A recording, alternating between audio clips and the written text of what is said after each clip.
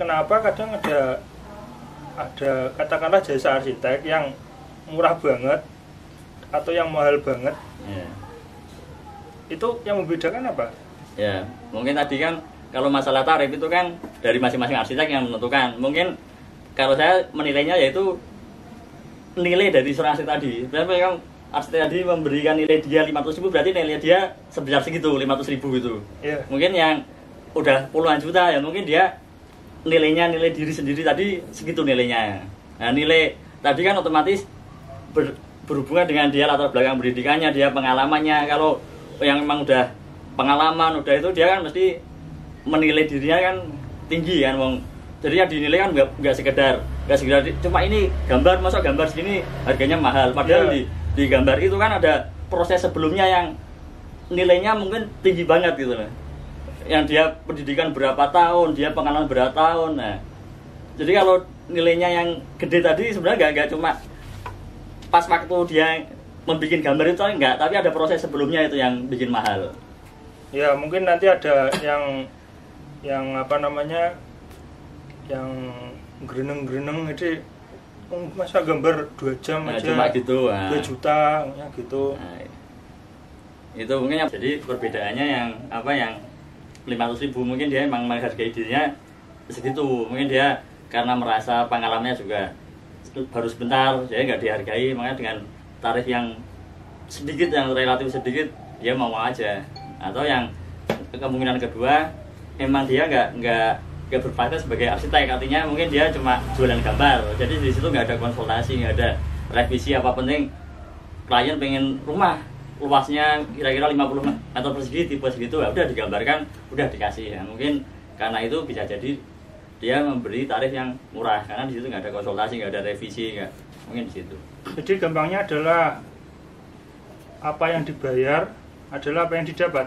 Ya, dan sesuai sih. Misalnya kan emang apa, kalau emang tarifnya segitu ya mungkin produknya ya desainnya mungkin karena dia kurang pengalaman, masih mungkin dari aspek tadi yang aspek fungsional apa masih kayak nggak tanpa arsitek gitulah, masih belajar ya, mungkin baru tarif belajar. Ya, untuk yang tarif mahal apakah sesuai klien, sesuai dengan dia ngeluarkan uang segitu, sesuai apa enggak. Nah, itu bisa dilihat dari nanti hasilnya sih. Dari hasilnya nanti kalau emang apa arsitek yang tarif mahal biasanya dia untuk produk desainnya tadi udah lengkap lah, misalnya detail-detailnya seperti apa, detail-detail arsitekturalnya. Nanti waktu pengerjaannya kontraktor ataupun misalnya tukang langsung dia udah bisa ngerjakan. Gambarnya applicable. Iya, bisa dikerjakan. Terus berarti itu ya, selain harga yang ekuivalen dengan kualitas, juga para klien itu harus aktif mencari info tentang arsitek itu. Iya. Jadi tidak seperti kayak kita belanja di toko online, kita sort yang cari yang termurah, kita ambil, itu tidak bisa ya? Ya, bisa, kita kan nggak jual gambar. Itu kalau kita beli gambar ya prosesnya kayak gitu, kita tinggal milih gambar yang bagus, nanti harganya murah ya. Tapi kan kita jasa untuk desain. Kan untuk desain rumah kan itu sifatnya personal kan, nggak bisa disamaratakan. Mungkin apa, pasti kan masing-masing orang pengen punya keinginan masing-masing kan, mungkin dengan lain segini tapi pengen ruangannya segini, pengen gaya segini, pasti itu beda-beda karena rumah bersifat personal tadi. Jadi arsitek yang mahal belum tentu cocok, apalagi yang murah. Iya, itu. Makanya harus pintar-pintar itu cari referensi yang sekarang kan banyak, pasti masing-masing arsitek kan biasanya udah punya website, Facebook, apa-apa, karyanya kan biasanya dipublikasi. Ya, kita bisa, calon klien bisa melihat. Jadi track recordnya bisa dilihat di situ. Ya. Terus saran kami, karena rumah itu biasanya kan orang untuk bangun rumah, namanya rumah itu kan punya, kalau dalam ada Jawa kan kita apa nikah itu ada istilah omah-omah. Jadi omah itu di daya Jawa itu sangat penting sekali, karena ketika udah memasuki jenjang pernikahan itu namanya juga omah-omah. makanya perlu dipikirkan matang-matang karena rumah kan ditempati dalam waktu yang relatif lama dengan biaya yang nggak sedikit. Nah, jadi harus dipikirkan matang-matang karena misalnya kita pengen murah dibangun asal-asalan, nah nanti udah jadi nggak enak. Ternyata misalkan katakanlah rumah udah dibangun tapi ternyata ketika ditempati harus AC harus dinyalakan, lampu harus itu kan malah jadi mahal kan. Kan lebih baik kita mahal di awal, kita bayar arsitek yang emang bagus, kita nanti dapatkan rumah yang ideal, yang enak, ditempati enak, tanpa AC juga udah nyaman, tanpa lampu di siang hari udah terang. Nah, itu jatuhnya lebih murah. Kalau saya boleh minta contoh, saya minta contoh satu yang sama-sama ada gambarnya, satu digambar oleh tukang dan satu digambar oleh arsitek. Itu biasanya apa yang kelewatan, Mas? Satu saja misalnya. Ya, itu biasanya yang untuk yang nggak terpikirkan dari itu masalah tadi aspek kinerjanya. Kemudian kalau aspek arsitekturalnya kan kita tukang bisa nyontoh kan, tukang dikasih copy paste bisa. Mungkin dari klien tadi, nyontoh rumah itu punyanya si A, si B ya. Itu kan tampak luar. Tapi yang dalamnya itu yang terlewati untuk tadi aspek fungsional sama aspek kinerja tadi. Jangan rumah udah dibangun, ternyata kamarnya nggak ada jendelanya.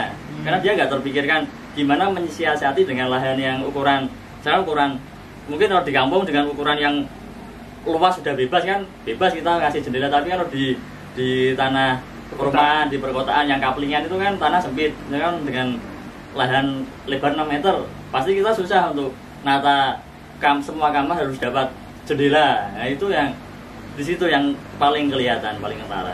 Dia ada di detail-detail perencanaannya ya. Ya mungkin lebih kalau paling gampangnya di denahnya yang paling kelihatan. Kalau tampilan depan relatif emang sulit. Kalau emang mungkin tukangnya tadi udah biasa ikut arsitek kan udah tahu. Ini gambar gini dia yang ngerjakan kan. Misalkan kita baca, tukang itu pernah bikin. Jadi ya kesimpulannya tadi, daripada nanti menyesal, lebih baik tetap menggunakan jasa arsitek. Nah, mungkin masalah takut kemahalan apa itu sekarang banyak banget arsitek. Mungkin ada yang dengan tarif yang nggak terlalu masih terjangkau lah, tapi udah mempunyai track record yang bagus. Nah, itu bisa dicoba.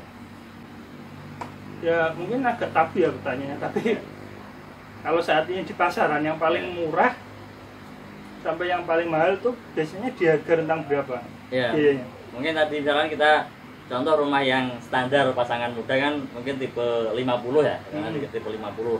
Nah itu kalau kita nyari di sosmed, terutama di Facebook apa itu, dari harga yang 500.000 mungkin dari rank 500.000 ada yang sampai 20 juta mungkin yang arsitek yang tadi yang punya nama. Iya. Nah, dari 500.000 sampai 20 juta. Jadi ngeri kalau kita ngomong arsitek. Mungkin kalau profesi lain kayak dokter mungkin ranknya nggak sampai jauh segitu kan. Mungkin dokter mungkin sekali praktek yang paling murah mungkin berapa, yang paling mahal berapa, enggak, ternyata sangat jauh. Katakanlah ada yang memasang tarif atau biasanya itu berbentuk persentase kan? Iya, kalau sebenarnya kalau arsitek sendiri kan sebenarnya ada asosiasinya, IAI lah, Ikatan Arsitek Indonesia. Itu memang di situ udah ada peraturannya itu berapa persen. Nah, kalau persentase di IAI mungkin sekitar 5%-an, sekitar 5%. Itu untuk perencanaan dan itu udah ada itu sama pengawasan gitu. Oh iya. Jadi selain gambar, mendesain, arsitek juga mengawasi juga ya lingkupnya. Iya, karena kan kadang sesuai pengalaman dari memang itu biasanya kan dari di tengah perjalanan pembangunan mungkin ada detail-detail yang kurang dipahami sama tukang, mungkin ada perubahan dari klien pengen ini tengah jalan pengen ada perubahan, itu fungsi dari pengawasan tadi biar tetap meskipun ada perubahan itu masih sesuai dengan kaidah-kaidah arsitektur yang udah ada di gambar tadi. Itu fungsi dari pengawasan. Terus sistemnya kalau pengawasan itu sistem, kalau perencanaan kan sistemnya satu gelondong itu. Yeah. Kalau pengawasan nanti sistem pembayarannya bagaimana? Sebenarnya kalau yang tadi yang sesuai tarif persentase tadi itu di dalam apa jumlah fee yang dibayar itu udah termasuk pengawasan berkala. Mungkin kalau yang model apa kita desain cuma desain, nah nanti mungkin pengawasannya bisa tiap per datang atau berkala, mungkin per bulan, bayaran per bulan sampai rumah jadi, tapi per bulan tadi tiap seminggu mungkin berapa kali, 2 kali apa 1 kali, ya itu juga bisa. Itu tergantung kesepakatan antara arsitek dengan yang punya rumah. Nah kan kadang orang taunya arsitek cuma gambar habis itu dilepas. Nah, itu mungkin yang orang awam padahal kayak di pengawasan itu juga sebenarnya itu penting banget, karena arsitek sebagai yang tadi udah ngitung gambar itu juga ada RAB-nya kan. Nah, gimana memastikan kalau proyek yang dikerjain tadi nggak over budget ya. Nah, itu arsitek kan udah bisa mempersentase, misalkan ini udah berapa persen dengan berapa persen di lapangan, otomatis itu biayanya habis berapa. Itu kan kita tahu bisa dievaluasi, controlling ya. Ya, untuk controlling itu bisa.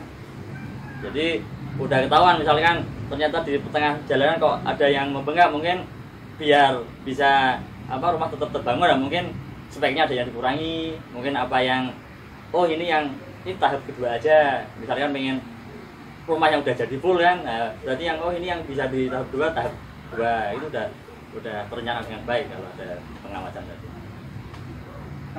Mas Ali ini pengalaman arsitek udah berapa tahun ya?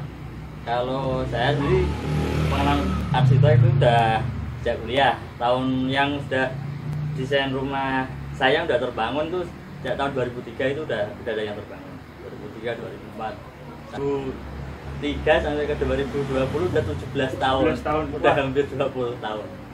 Itu boleh cerita suka dukanya apa? Ya, profesi arsitek itu. Ya, suka dukanya kan kalau duka ya kalau kita desain diapresiasi dan dapat fee yang sesuai diinginkan arsitek ya, itu ada, apalagi kalau itu diapresiasi, dan itu yang paling ada kepuasan batin.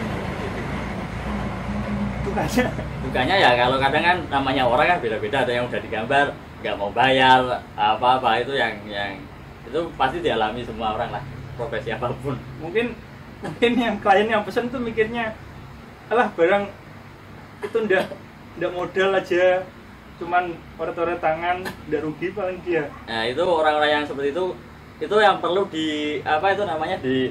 dikasih pencerahan, dikasih wawasan. Nah, makanya kayak podcast-podcast semacam ini tuh sebenarnya untuk mencerahkan, untuk memberikan wawasan kepada masyarakat umum.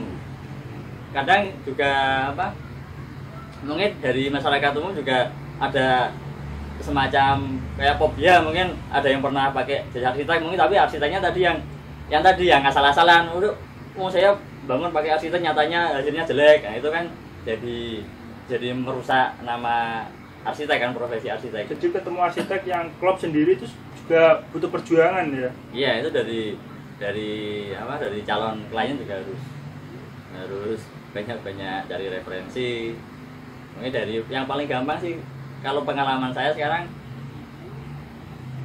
setelah 17 tahun itu banyak kan itu klien yang dulu udah pernah saya gambarkan balik lagi rumah kedua mau digambarkan, mungkin ada referensi, dia mereferensikan ke temannya, oh ini pakai itu yang udah jalan seperti itu. Jadi kalau Anda udah mau ribet browsing, survei, paling mudah tanya ke teman yang pernah pakai jasa, puas itu pakai ya, itu paling gampang gitu. Paling gampang dan jarang ada keluhan biasanya. Iya, biasanya seperti itu.